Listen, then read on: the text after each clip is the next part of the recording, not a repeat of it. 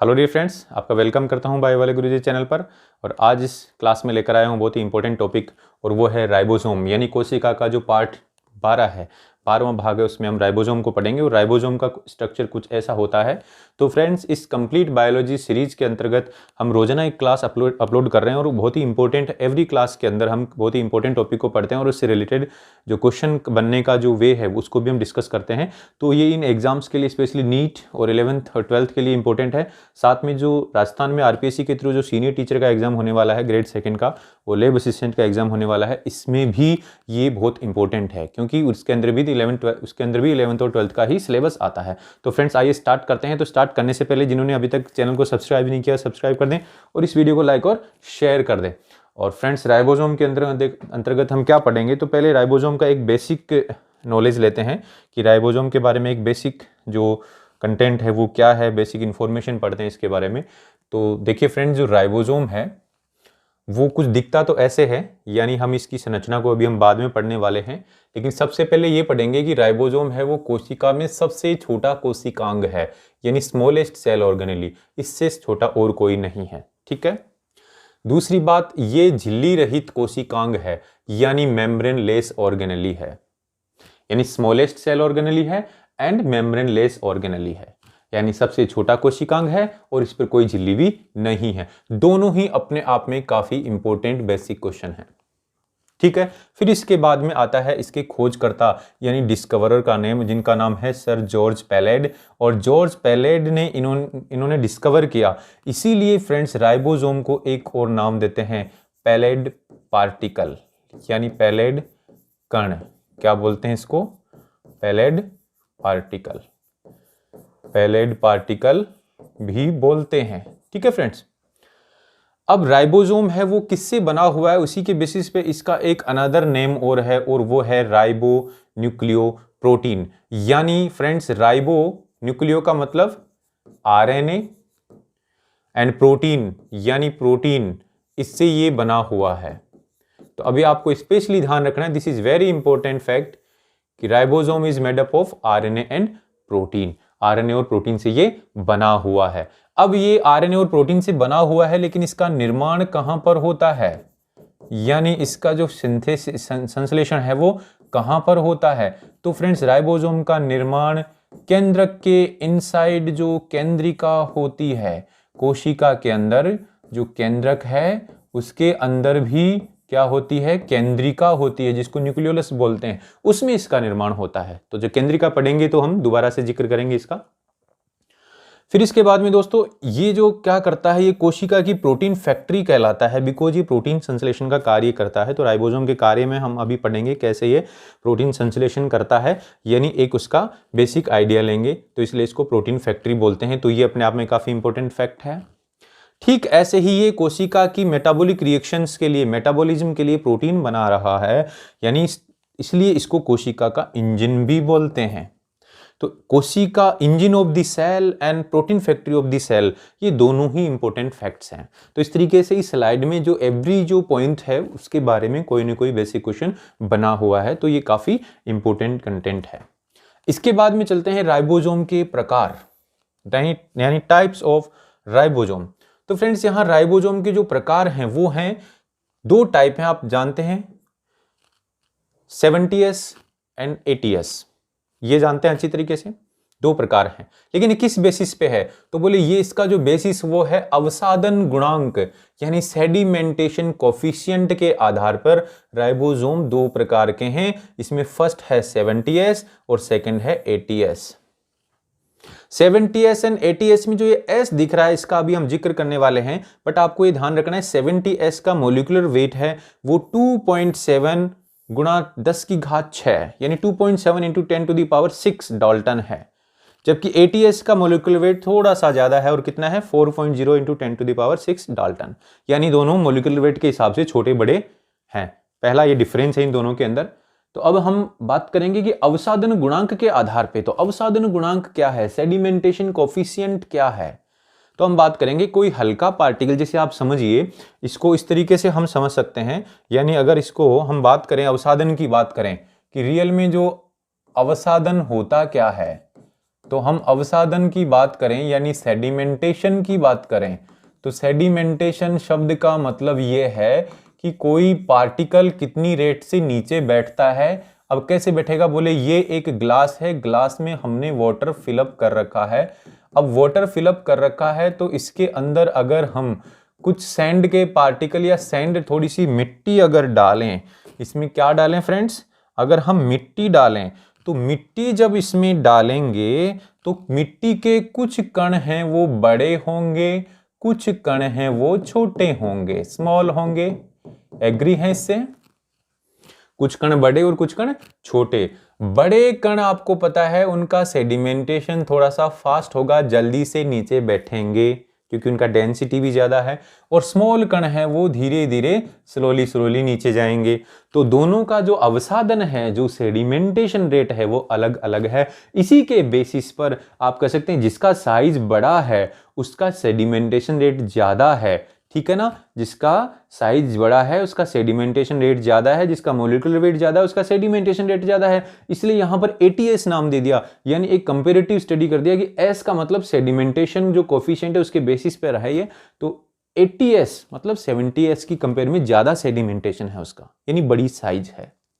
तो राइबोसोम के जो प्रकार हैं इसमें जो S आ रहा है, ये S एक साइंटिस्ट ने दिया और उन साइंटिस्ट का नाम है स्वेदबर्ग। तो इस S को हम स्वेदबर्ग यूनिट बोल देते हैं, यानी स्वेदबर्ग इकाई बोल देते हैं।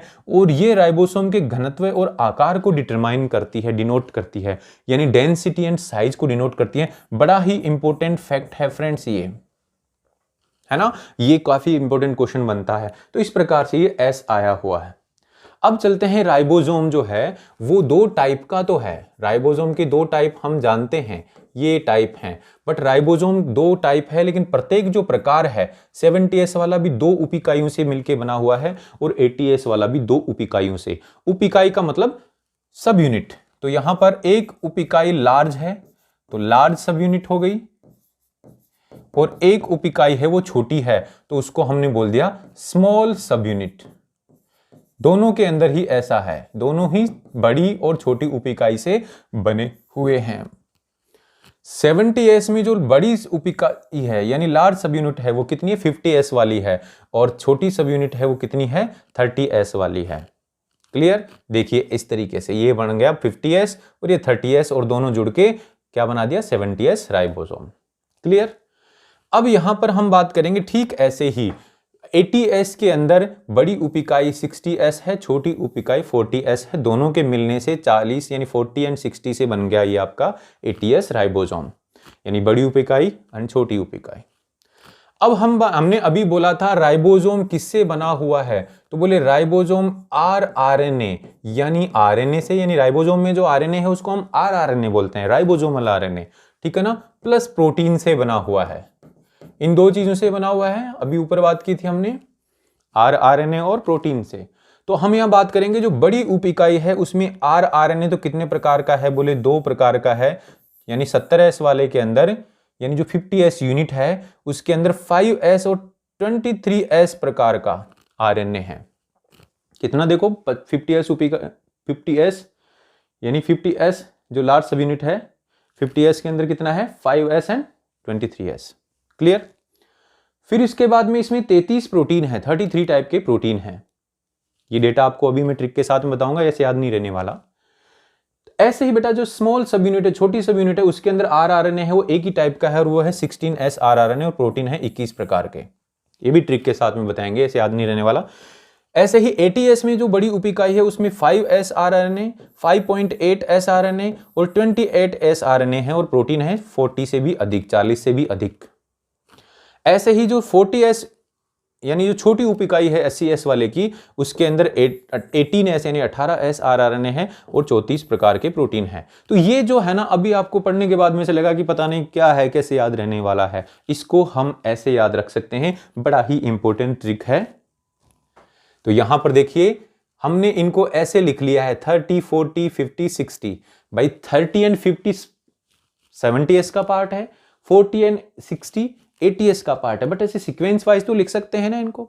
ऐसे यहां पर लिख लिया RNA कौन सा, बोले 30 वाले में 16, 40 वाले में 18, 50 वाले में 23 एंड 60 वाले में 28। सीक्वेंस वाइज इंक्रीज हो रहा है 16, 18, 23 एंड 28।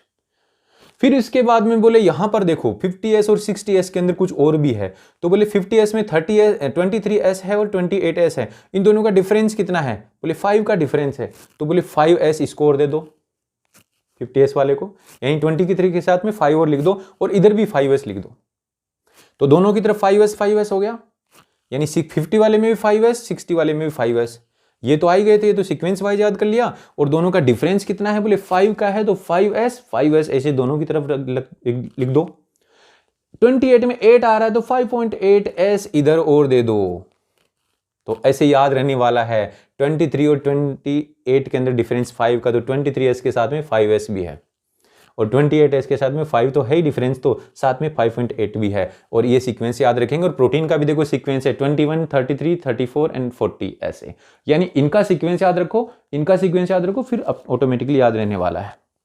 तो फ्रेंड्स इस तरीके से इसको हम याद रख सकते हैं। अब राइबोसोम की जो दोनों उप इकाइयां हैं, दोनों सब यूनिट हैं, वो आपस में जुड़ती हैं। अभी फिगर में आपने देखा दोनों जुड़ी हुई थी, एक जगह थी, तो आपस में उनका जो संयोजन होता है यानी कॉम्बिनेशन होता है, तो उस संयोजन हेतु यानी उस कॉम्बिनेशन हेतु,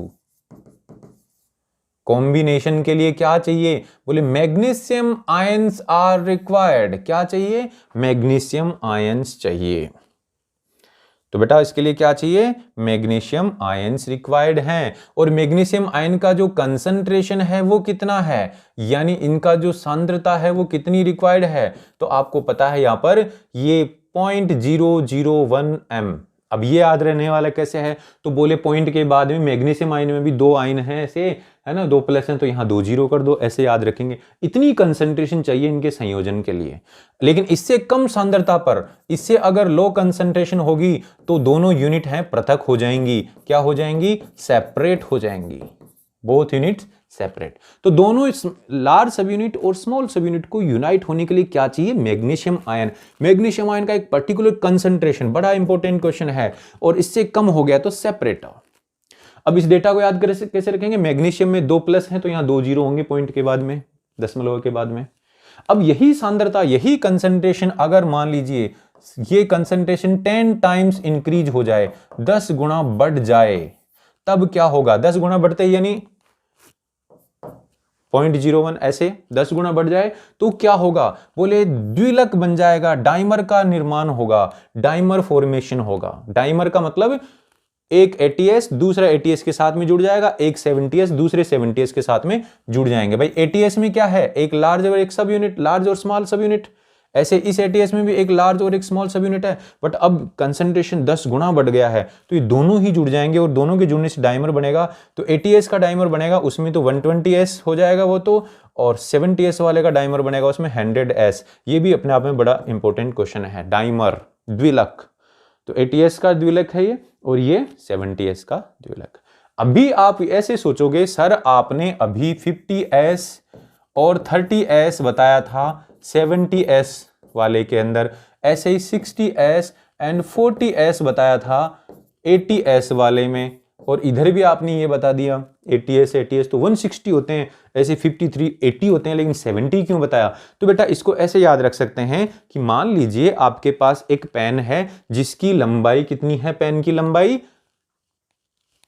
उसके कैप को हटा लो, कैप की लंबाई 2 सेंटीमीटर, पेन की लंबाई 10 सेंटीमीटर, दोनों को जोड़ते हैं तो कितना आना चाहिए, 10 और 2 12 सेंटीमीटर आना चाहिए ना।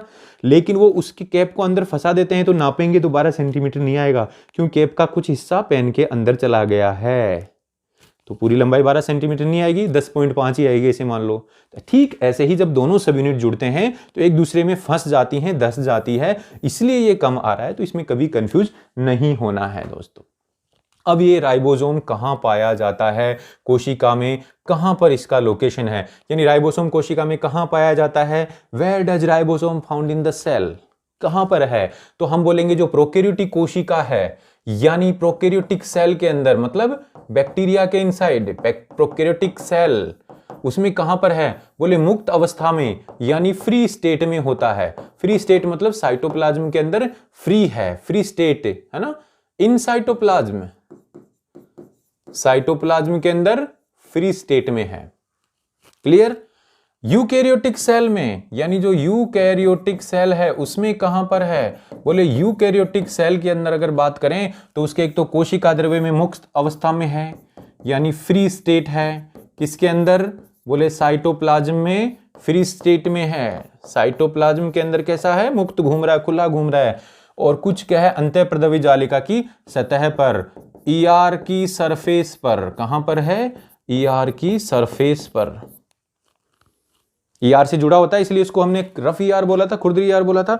ऐसे ही राइबोसोम जो यूकैरियोटिक कोशिका में कहां और कहां होता है, बोले माइटोकॉन्ड्रिया और हरित लवक में भी होता है।